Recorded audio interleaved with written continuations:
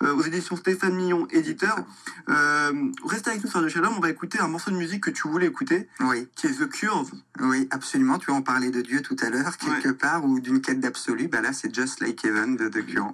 On va écouter Just Like Heaven, David, qu'on va envoyer tout de suite. Restez avec nous sur Radio Shalom pour l'émission Motech 94.8. Vous êtes avec nous, on vous accompagne en cette fin d'après-midi. C'est The Curve, Just Like Heaven. Merci. À tout de suite.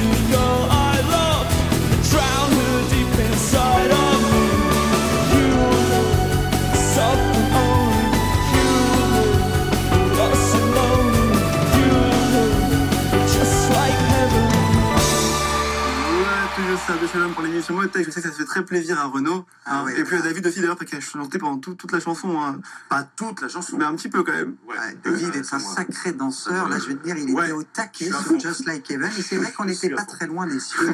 La messe est dite, j'ai envie de te dire, Alex. The Cure, voilà. Ça me rappelle... La vieille époque.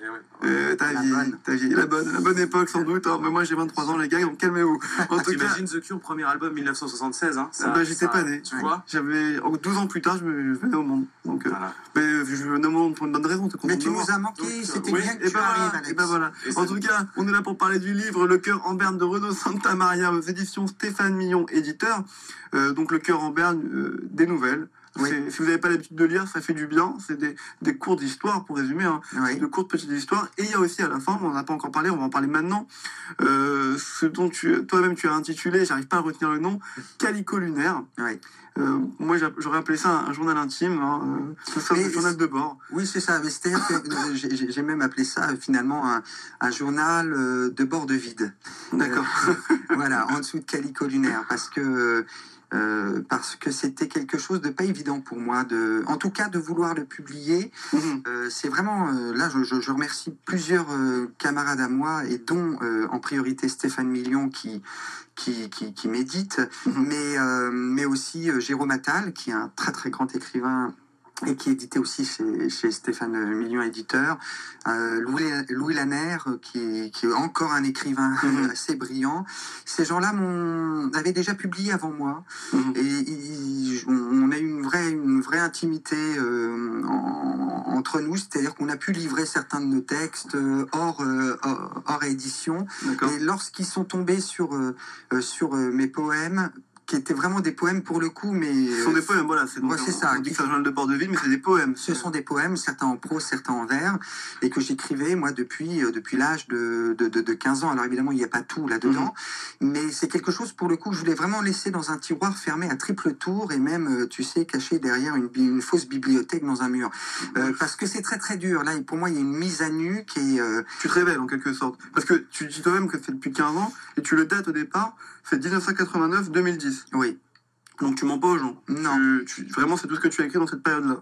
Oui, tout en sachant que certains textes, quand même, je les ai pas mis. D'ailleurs, celui de 89, c'est sous l'insistance de ces trois très bons amis que sont Jérôme Attal, Stéphane Million et Louis Lanner, que j'ai mis ce texte de 89 qui s'intitule Palma, le nom de ma mère, et qui était un poème pour ma mère. Et je me suis dit, c'est tellement personnel, c'est tellement... Même moi, j'ai du mal à le relire, ce texte-là. Et j'ai dit, non, celui-là, je ne peux vraiment pas le mettre, décidément pas. Et ils ont insisté. Résultat des courses, tu vois, comme quoi on n'est pas toujours très maître de ce qui va se passer. Et c'est tant mieux, d'ailleurs, quand tu écris, après tu donnes au lecteur, ça t'appartient plus. J'ai eu beaucoup de très, très bons retours. Ça m'a soulagé, ça m'a rassuré concernant justement ce poème Palma qui est à ma mère. Et ben voilà, à vous de découvrir ce poème et toutes les nouvelles qui y sont dedans. Le cœur en berne, aux éditions Stéphane Million, éditeur. On va parler du Salon du Livre où tu seras dans quelques jours, dans 3 jours là. Juste après une courte page de publicité, on parlera aussi de ce qui peut sauver l'homme. Parce que c'est un peu le fond de thématique du livre. Ce qui peut sauver l'homme. Restez avec nous sur Radio Shalom pour l'émission Motech. À tout de suite. À 17h48 et 50 secondes, dernière partie de l'émission, il reste plus que 1h15 à peu près pour le jeûne, pour ceux qui jeûnent, mais on vous accompagne en bonheur, j'ai envie de dire en joie, en parlant de littérature, avec notre invité Renaud Santamaria. Tout se passe bien ? En totale bonhomie, j'ai même envie d'ajouter. Bonhomie, c'est un mot que j'adore. Voilà, en totale bonhomie. On rappelle quand même, on donne l'actualité de notre invité. C'est donc Le Cœur en Berne que vous pouvez découvrir en librairie aux éditions Stéphane Million, éditeur. Donc Le Cœur en Berne, un recueil de nouvelles et de poèmes aussi à la fin. Absolument. Voilà, qui est vraiment très intéressant, qui aborde des sujets, on va dire, peu communs et dont on n'était pas vraiment habitué, mais avec un regard aussi nouveau et neuf, auquel on n'était pas habitué non plus.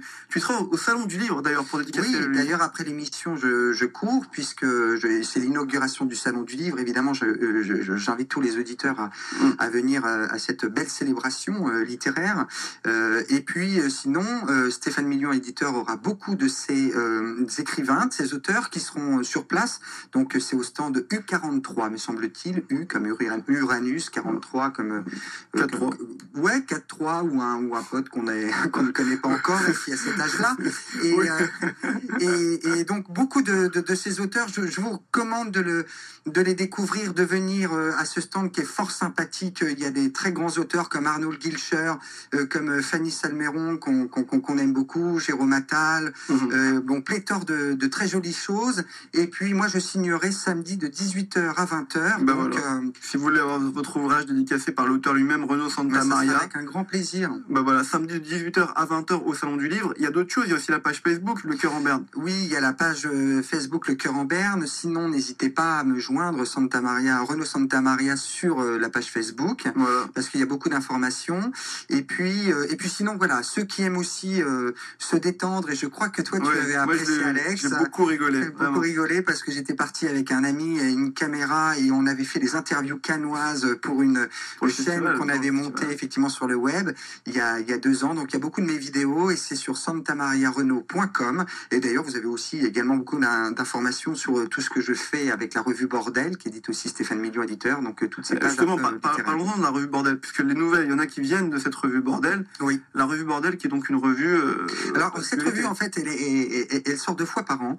L'objectif est simple. Alors on dit revue, hein, les gens s'imaginent que c'est un magazine, mais c'est un livre, un vrai livre, hein, cartonné.